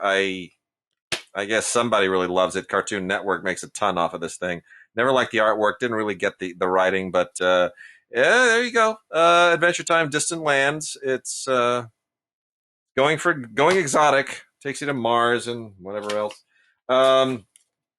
Highway to Heaven, a rebooted Highway to Heaven with Jill Scott and Barry Watson. This is a Lifetime thing. Kind of doesn't really compare to the original, but it's still schmaltzy. It's still very syrupy, and I guess if you're like 75 years old or 80 years old and you got nothing better to do on an evening, and you can't quite work anything in the house other than the DVD player, then maybe if your grandchildren gave this to you as a gift, I don't want to be too mean about it. The original Highway, Michael Landon and all. That was that one, right? Michael Landon. That's not like I watch that every week either. So Yeah, all this stuff's getting rebooted. Although I have to say, Quantum Leap rebooting with Ernie Hudson is smart. That's super. First of all, Sherm, they had him on hold for that, right? The Ernie part, right? Plainly, they were waiting to see whether or not Ernie was going to be available. It's interesting to me though because we did this amazing audition for that, and they brought him in, and then they had this meeting and all this kind of stuff. And the very first thing that Belisario's said is, "Man, you look young. I'm looking at you're talking to Sherm. He's like, you're how old are you?" and that was our first, because I love Ernie, right? But Ernie Hudson Jr. Ernie has a son named Ernie Hudson Jr. Ernie Hudson Jr. is 60. Does that tell you how old Ernie is? No kidding. Wow. Ernie's solid as a rock and holding it together, but Ernie has a 60-year-old kid. So that's an interesting thing. Wow, my goodness. Hold on a second. That's crazy to me. It's ridiculous. And there has a lot of kids. Ernie Hudson Jr. used to run around. If you know Ernie Hudson Jr., you've interviewed him at junkets because he was in all those black movies in the 90s. Yeah, totally. Ernie Hudson Jr. I don't think he acts anymore. Oh my gosh. Ernie. Yeah, he's going to be 77. And I'm like, they wanted to go older. And they looked at Sherm's age and they were like, "You don't look 77. Ernie Hudson don't look 77." No. But that's what happened there. Well, that's interesting. That is really interesting. Hey, look, Sherm's on Stranger Things. Yeah, starts in May. So I'm pumping that one. I cannot wait for that. Starts in May. Oh, we got to have him on the show. We'll do a whole big thing. It'll be fabulous. Yeah, we got to have him on the show. But I'll tell you something. Ernie Hudson. For those who don't know, the first time most people saw Ernie Hudson was as this skinny guy in the Human Tornado, the sequel to Dolomite. Rudy Ray Moore made a sequel to Dolomite with a lot more money and much funnier and better fight scenes, called The Human Tornado, which is, it almost verges on Ben Hill funny, like with some of that fast, speeded up fight stuff. But anyway, there's a scene in there, still a ridiculous movie, but there's a scene where Ernie's his big scene is when his brother gets killed. And he cradles him and he's crying. And suddenly you're like, oh, okay, wait a minute. There's like a real actor in this movie. Like, Ernie goes deep. He just says, I don't care how silly this movie is. I'm headed for bigger and better things. And he goes deep and he shows those chops. And sure enough, man, he stands out in that movie. He stands out. It's a beautiful scene. The Penitentiary, a film or two. Yeah. He's in Space Hunter. That sort of knockoff of... First film that I ever worked on when I became an usher at the... It was Space Hunter? Space Hunter, Adventure in the Forbidden Zone in 3D. Which, of course, the producer of Space Hunter, Ivan Reitman. Ernie. Yep. The fourth, or Ghostbusters. So, in Ivan, that's who we lost. Yeah. Ivan. I don't think we talked about losing Ivan. Maybe we talked last week. We did? We did, because we talked about his kids' movie, the Ghostbusters movie. Yeah. So, and then Stars, the Lionsgate production for Stars of American Gods, that is now out. And, it's DVD only, not Blu-ray. Includes, interviews and audio commentaries and a whole lot of stuff on here. I didn't really quite get this whole, war between the gods, the old gods and the new gods, and, this kind of, mythology brought into the present day thing. I don't know. It never really quite worked for me. And I remember when they announced it, I thought that's a really peculiar, it's a great cast, but it's a very, very peculiar, concept. I'm not sure that people are really going to latch onto it. And I don't think people really quite did, but nonetheless, I think it wound up being better than it has. That's Neil Gaiman, right? And, the graphic novel, the whole Neil Gaiman thing. Yeah. Yep. And then let's close out TV here for a second before we kind of wind up on a couple other things. Yellowstone season 4. This damn show has become a phenomenon, and I never imagined that it would. Is it Costner? Is it the writing? What is it that really makes this show? What do you think? Some of it is Kevin Costner. It really is an interesting sort of, third act whatever, second act, third act of his career. Kevin Costner, movie star, Waterworld, the Postman we talked about, and then went into this sort of interesting, sort of nebulous area for a while. Some interesting movies, Mr. Brooks, Swing Vote, and in there, movies that at least have cult followings, but not the Kevin Costner of old. And then he latches onto this thing, which is what part. It's part Dynasty Dallas Falcon Crest set in the West. It is. It's all. That's what it is. It really kind of elevates all that stuff and puts it into the West. It's a throwback to that. I mean, look, the whole thing here is who shot John Dutton, which is just modern day who shot JR. I mean, it's just it's just going back to that. Well, what's interesting here is that they have some flashbacks here that kind of set up the 1883 prequel with Tim McGraw and Faith Hill, which I have not yet watched, but which I have heard is amazing. We're the same there. Haven't watched it yet either. Yeah, which I heard is amazing. So I'm very curious, and I've asked people. I'm like, I've watched Yellowstone intermittently. Do I really have to? I mean, is there anything? And they're like, no, it's totally standalone. Good. It's completely standalone. 1883 is its own thing. They kind of seed it here in season 4 of Yellowstone, which has gobs of extra content. I mean, featurettes galore. You learn everything there is to know about how they made this crazy series.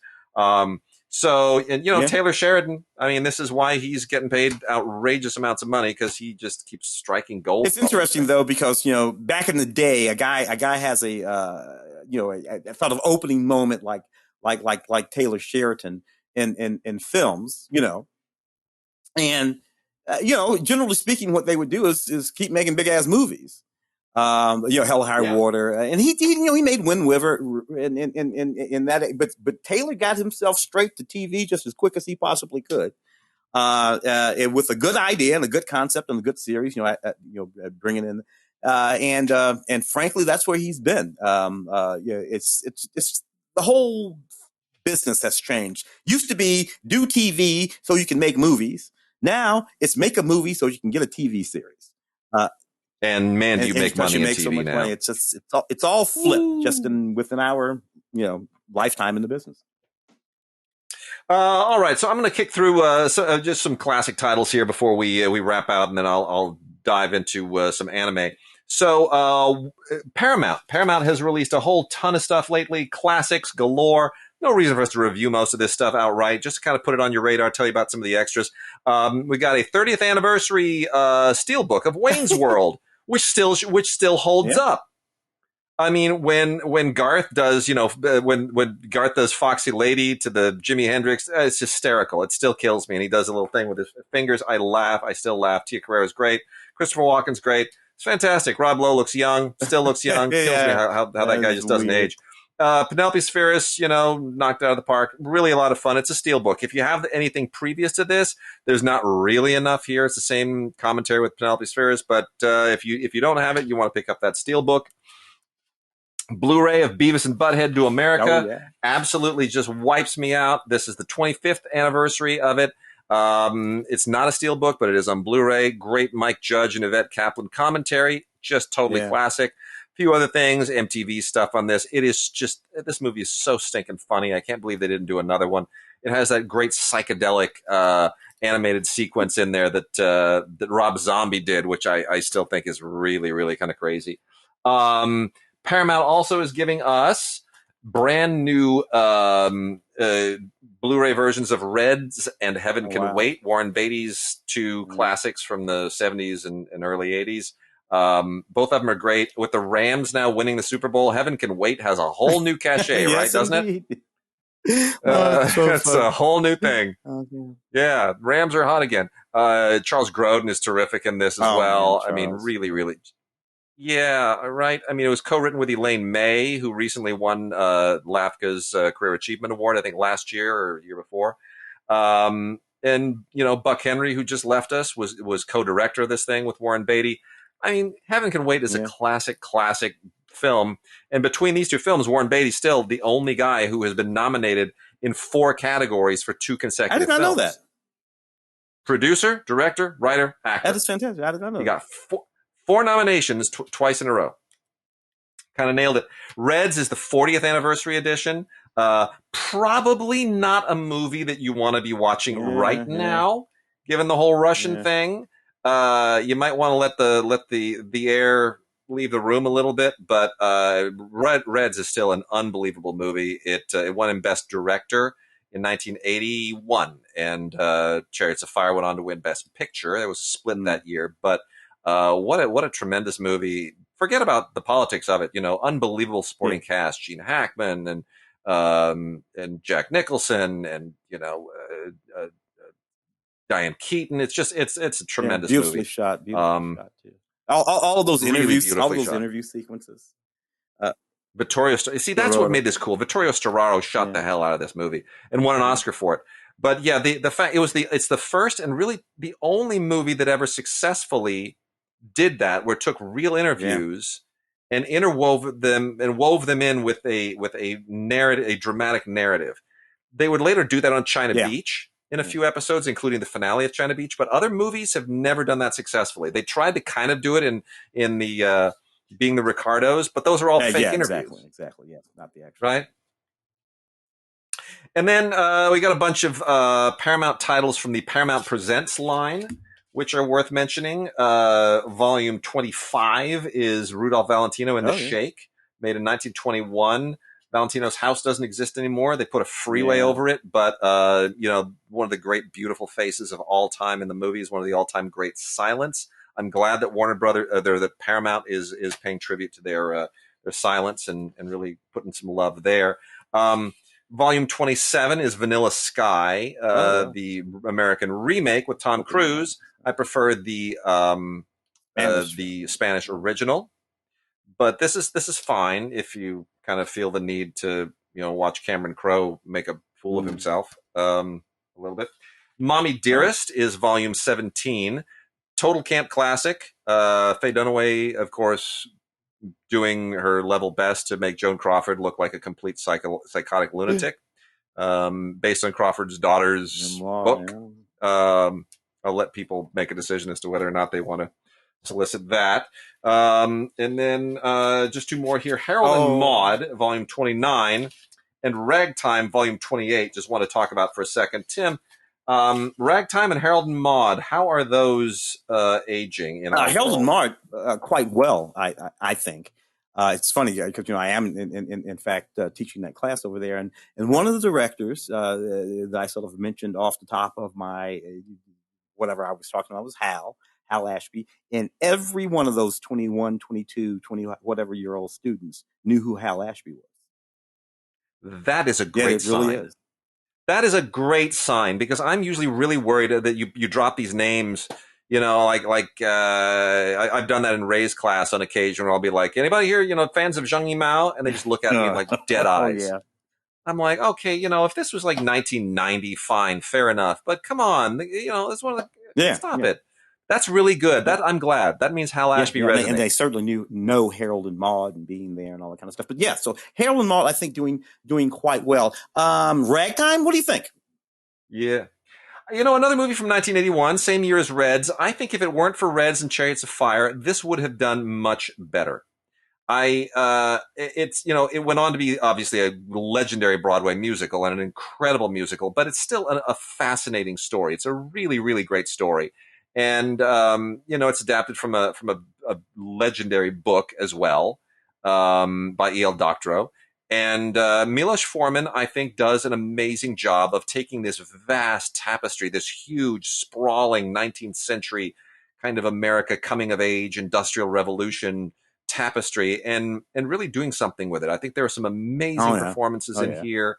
So I think it's a better film than anyone gave it credit for. Randy Newman, great score. Yeah. Well, this film gave us Howard Rollins.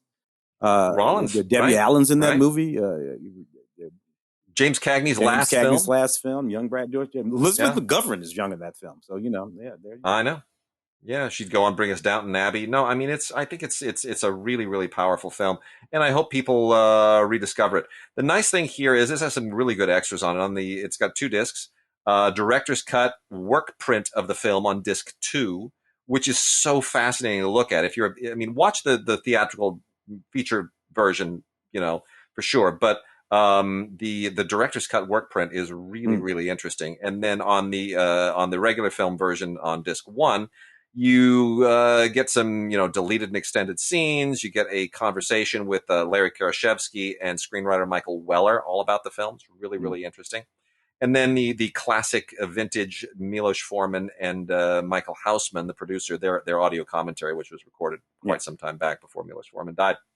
And then a featurette. No, it's really great. Ragtime is a good one to go out on. Theatrical and director's work print version of it, which is truly fascinating. And I keep hoping somebody will do the feature film of the musical. Yeah, so that would be beautiful. All right, Tim, I'm going to let you go, and I'm going to take a dive here into the anime madness. But we'll be back in a couple of weeks. We should point out that on the 20th, Sunday the 20th, which is going to come and go before we do another show, that's when you and I are going to be on stage with the rest of the Film Week crew at the Ace Theater downtown. Yep, absolutely. Back live. The show's been for 20 years. I realized that I've been doing it for 11 now. What are you, like 15, 17? 20? Oh, dude, I've stopped counting. It's kind of have nuts. You done all 20? It's sort of nuts, Claudia. It might be, man. I don't want to. I hope not. I really hope not. You know what? I'm going to stop poking at it. I'm not going to pull that scab off. Leave it alone. I shouldn't have mentioned it. Man. For me either. Yeah. My back is hurting just from thinking of it. But it's going to be fun. It's a fun show. Boy. It's a fun show. It's a really fun show, and we welcome anybody to come down and see us. You can get tickets if you go to axs.com, I think it is. I mean, you can go to scpr.org for tickets, but if you go to axs.com and just search on Film Week, you'll come up with the Air Talk Film Week 20th Annual Oscar Preview, the 20th Annual Preview. So I must be under 20 years because I think I came on the third or fourth year that they were doing the preview. Yeah. So anyway. It's been a while for both of us. We're veterans now. It's ridiculous. Yeah. So yeah, we'd love to see some people down there if you're local in LA or even if you're just visiting. So that's on Sunday the 20th at 1 p.m. at the Ace Theater downtown, adjacent to the Ace Hotel. Air Talks Film Week 20th Annual Oscar Preview. Ace Hotel, the theater at Ace Hotel, technically. So we'd love to see you there. All right, Tim, I'll let you go, and here we go with anime. All right, and welcome to our anime portion of this show. We haven't talked about anime in quite some time.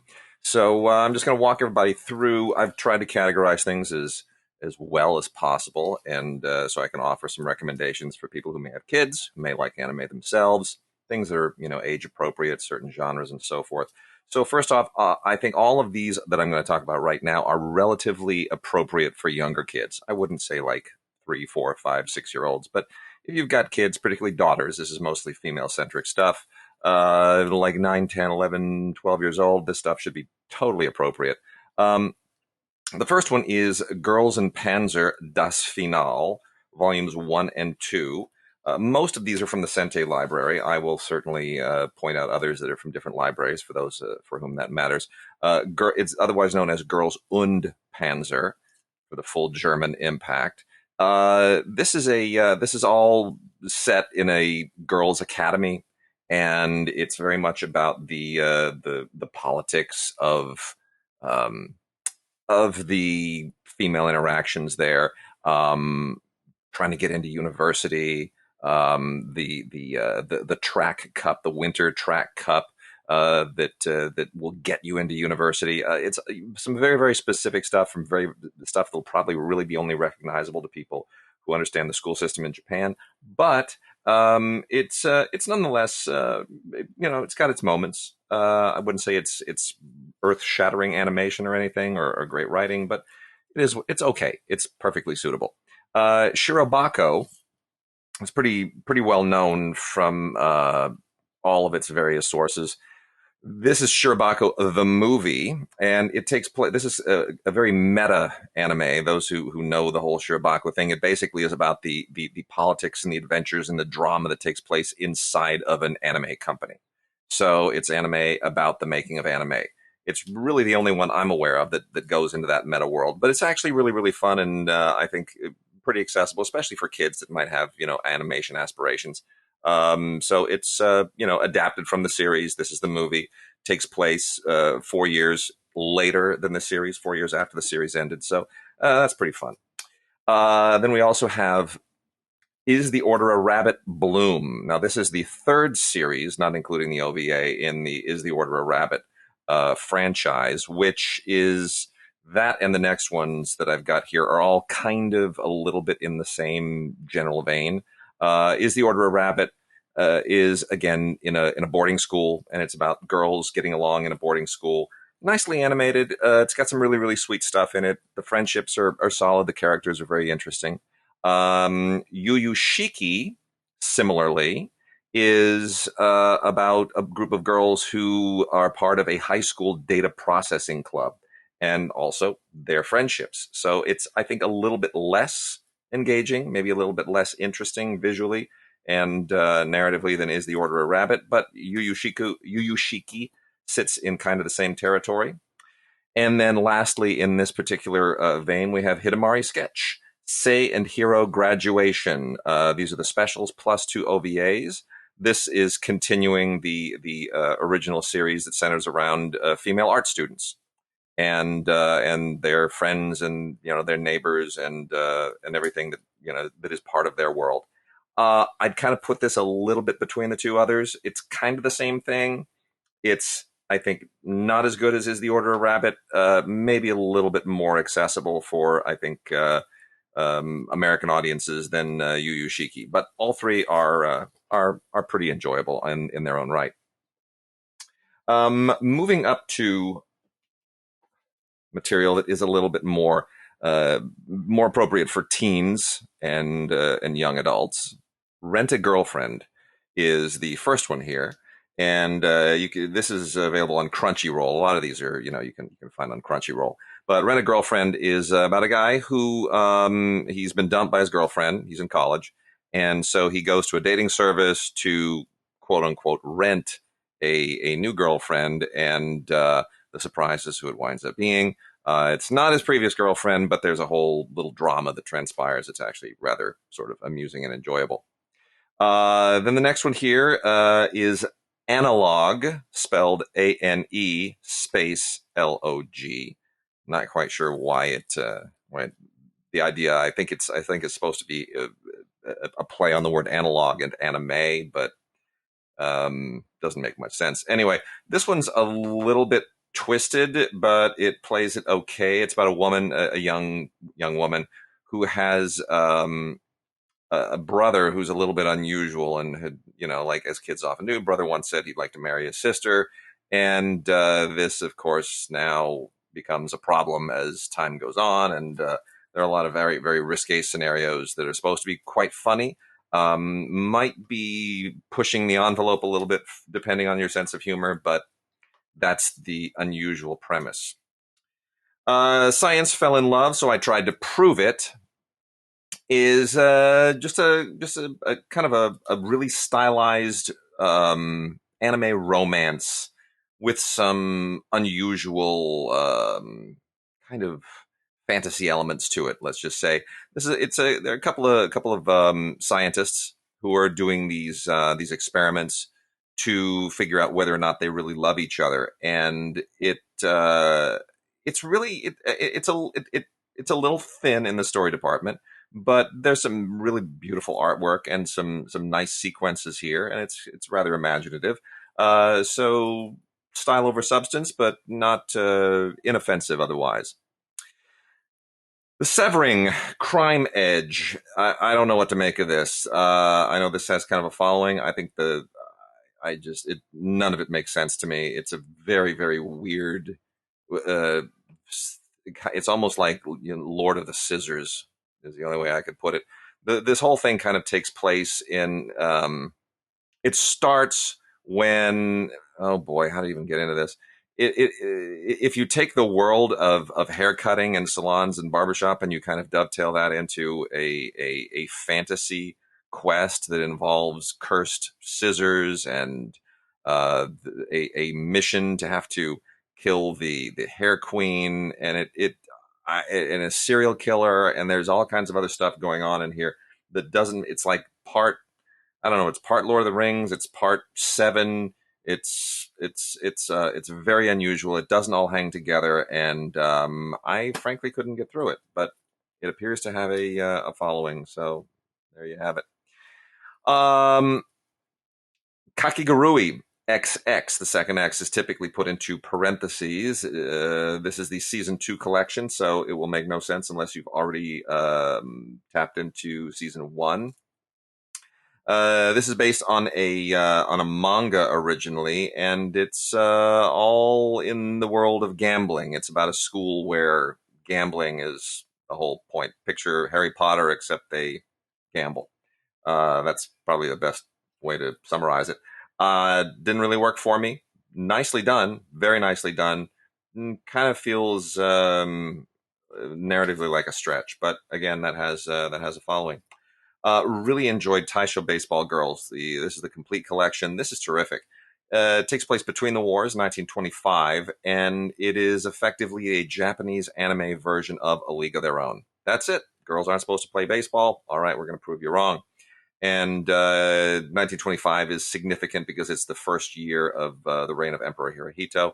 Apart from that, does not really get into any politics. It just wanted to pick a nice 1920s period setting, which, as League of Their Own did as well, chose a few years later. But anyway, this is so Taisho Baseball Girls. I think is absolutely terrific, really fun, good, empowerment stuff for young girls.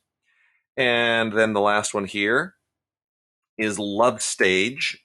This is the complete collection plus the OVAs. This is how to put this? It's about a guy who comes from a very famous family. His mom and his dad and his brother are all big entertainment celebrities, and he winds up becoming a manga artist. And after that, it takes some rather. There's kind of a gender bending aspect to the storyline that might be a little controversial for some people. So I would say do your due diligence, buyer beware on this one. But otherwise, totally teen appropriate.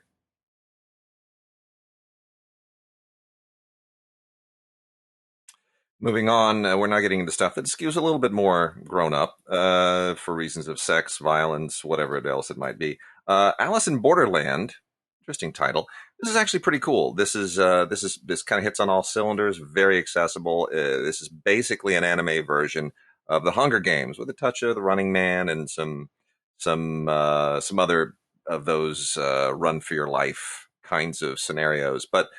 For the most part, it really feels like Hunger Games. It's just a group of people in a post-apocalyptic environment, and they have to play these very, very deadly games in order to somehow reach to escape from this scenario. So it's pretty cool. Really, really well done. Mushibugyo is maybe this is the first anime title I've ever seen that sounds like a Japanese word, but it really pretty much describes exactly what the show is. This is like Starship Troopers in medieval Japan, pretty much. Mushibugyo, they're mushing bugs is the idea. You've got a period of feudal Japan where these giant bugs known as mushi have now been attacking people, and there is now this war ongoing, and a particular group of heroes and heroines who fight the bugs, much as they did in Starship Troopers. Again, Starship Troopers set in feudal Japan. Pretty interesting, really, really good animation. I mean, really, really clever artwork, some really wonderful sequencing. The storyline, it is what it is. It's, samurais and bugs. Gintama, the very final. So this is the third and final installation or installment of the story that was based on the famous manga. There's no way I could possibly even get into the mythology of this. It is a particular group of heroes in a near apocalyptic situation fighting off a threat to Earth and civilization completely. It's fantasy. It's a little science fiction. It's all of that. This is from Shout Factory, actually, from Shout Studios. And they pick their anime releases very carefully. And this one is really, I mean, as long as you are sort of adapted to the whole Gintama mythology, it'll really, really work. It's beautifully, beautifully done. If you're not, it'll be confusing as hell. El Hazard, we have two here. This is from the Nozomi library, and you can go to Nozomi NOZOMIENT.com to get more information on this. The Nozomi Library, El Hazard, the Magnificent World, and the Alternative World. Again, kind of a mystical world thing. The idea here is that you have these three high school students, and their history teacher, who are, through circumstances I'm not going to explain, they wind up in this mystical other world known as El Hazard. And once again, you've got bugs. There's like this tribe of bugs that they have to fight once they're there. It comes and goes. There are a number of different installments to this series. There's Magnificent World, The Wanderers, a second installment of Magnificent World, The Alternative World, and what we have here is the Magnificent World, both collections, plus the OVA and the Alternative World. And it does feel, if you watch these together, as if there's something missing. And it is a little bit hard to follow. I don't find the animation and the character design all that compelling, but there are some nice special features on here. And for people who are fans, I'm not gonna dump on your parade. Onyx Equinox may have the best title ever for any anime I've ever seen. This is part of the Crunchyroll original series. It takes all of these Mesoamerican myths, Aztec, Toltec, Mayan, Inca, whatever you might have, and it rolls them all into a kind of typically anime fantasy adventure, and it's really kind of an interesting cultural fusion. I think it's absolutely fascinating to see all of these Mesoamerican myths and figures that we've never seen transported into a different context, animated in a Japanese anime. Very interesting. A little bit like how Thor or, say, Hercules or some of these characters were adapted by DC and Marvel and given the American comic treatment. And we've obviously seen how Thor and all of the Asgardian gods show up in the Marvel movies. A little bit of the same thing here. I wouldn't be opposed to seeing this turned into live action stuff. I think there's a lot of fuel for the fire in Onyx Equinox. Really, really interesting. This is a complete collection from Sentai.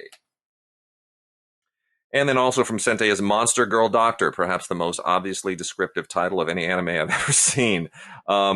It's kind of a little twisted Frankenstein-y thing here. This was originally, as I understand it, a kind of what do they call the manga novels? I think they call them light novels. They're like graphic novels, but they call them light novels. And that was the original version of this. I think it's supposed to be funnier than it comes off. Perhaps there are some cultural divisions there, but it's based effectively on the story of a guy who is a doctor specifically for monsters, increasingly very attractive female monsters. And when we say monsters, we're not talking like Frankenstein. We're talking about, attractive women with monster characteristics. So again, some of it is a little bit odd. I think it's supposed to be funny, but didn't really wow me. But it does seem to have moments, and I'm not exactly tuned into the comedic aspects of a lot of these series. So forgive me for that, but that is Monster Girl Doctor from Sentai, the complete series, complete collection. From Warner Brothers comes RWBY Volume 8. If you have not seen Volumes 1 through 7, this will likely mean absolutely nothing to you, so I wouldn't invest much in it. But this is effectively female empowerment, and a lot of these that I'm going to talk about now kind of have a female empowerment angle to them. This takes place in a supernatural other world, a different universe called Remnant, and these four women who are fighting to save humanity and save the universe, defeating whatever evils and creatures are coming their way. This is kind of a final chapter, or so it seems. It's certainly set up that way, but I'm sure they'll come up with a way to have a volume 9, 10, and 11 until these things stop being profitable on some level. It's fine. But again, it's really for completists. The series Canaan, Canaan, it takes its name from an interesting character, or perhaps two interesting characters. It's really complex. It's very noir-like. It's set in Shanghai. It's an espionage and an assassin plot, and it gets a little bit twisty and complicated. This one Japanese photographer, and then this Middle Eastern girl named Canaan, and the espionage machinations that are going on around this anti-terrorism conference. But again, you got to really focus on this, and especially if you're reading subtitles, it's going to be a little bit hard. But it's 13 episodes that are very, very dense, well plotted, very interesting animation, some good character design, some very, very clever twists in the story. Highly recommend it. My next life as a villainess, all routes lead to doom. One of those big mouthfuls of an anime of an anime title. This is the season 1 of this. You'll probably want to stick around for season 2 if things like Free Guy or any of pretty much anything that sort of has grown out of the Tron concept of living in a video game. The Spielberg film Ready Player One. All of these things are kind of the preface to what's going on here. This young woman bumps her head once in a video game, and she's being chased by everybody because she's now the villain in the game. There's a little bit more to it, but that's fundamentally what's going on here. And I guess it's fine for what it is. I wouldn't recommend it for anybody except those who are really, really fans of the premise. We also have the third series of Is It Wrong to Try to Pick Up Girls in a Dungeon? Again, if you're not already initiated into the mythology of this thing, I don't know that it really matters much. It's fantasy. It's also based on a light novel series, but you really have to have already kind of caught up with this. So just for the benefit of those who are fans, a third series is already out. I'm actually kind of a curious fan. This is another female empowerment thing. In Japan, it has a different title, but it's known here as Samurai Girls, Samurai Bride. This is the complete series. This is an alternate history story. So the premise here is that one of the feudal Japanese shogunates never ended and wound up effectively being the government of Japan that during World War II. And so now we're in the post-war period and focused on a feudal academy where girls are trained to become samurai, or women, young girls and young men are trained to become samurai warriors. And this focuses primarily on these female aspiring samurais who have a connection to certain figures from Japanese history, which will mean nothing to anyone who is not a student of that history. But the nice thing is you don't need to be. The action stuff is terrific. It's absolutely terrific. Beautifully, beautifully drawn, beautifully animated. At times, a little bit risque and somewhat lascivious, but not so much that it's that objectionable. So I would say, if you like that kind of edgy female empowerment stuff with, maybe a slightly non-PC twist to it, might be your thing. And then lastly, before we get into Mecha, is Princess Principal Crown Handler. This is kind of a Dickensian, almost Victorian setting here. And I think it's fine. I tend to typically really like anime that takes place in period historical settings in Europe. I'm not quite sure this one is as exciting as all the others. It's a Victorian spy story, and it has its moments. It has its moments, but otherwise it doesn't feel like it's quite top tier.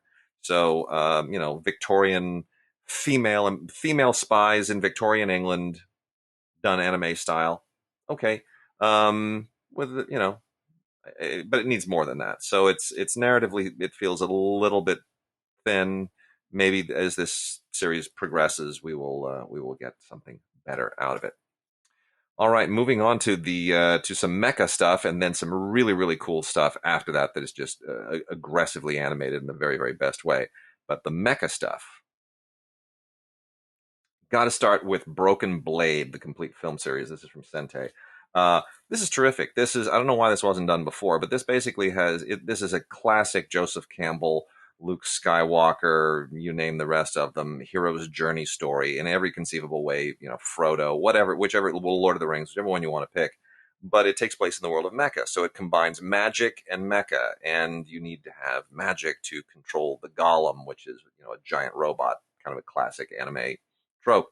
So if you combine those two things, that's what you get in Broken Blade. I think it's absolutely terrific. Really, it doesn't get overcomplicated, doesn't overstay its welcome at all. This is 6 parts on 2 discs. It is an actual film series, so it doesn't do what a lot of anime does and kind of live in the episodic structure. It really takes its time to breathe and develops the story in an amazing way, and has some unbelievable animation in it. Really, some great artwork and conceptual design. And yeah, it totally knows its DNA. It knows all of its debts to everything that's come before it, but that's fine. It's just really, really cool. Broken Blade. And equal to that is The Irresponsible Captain Tyler. This is also from Nozomi, and it's just absolutely great.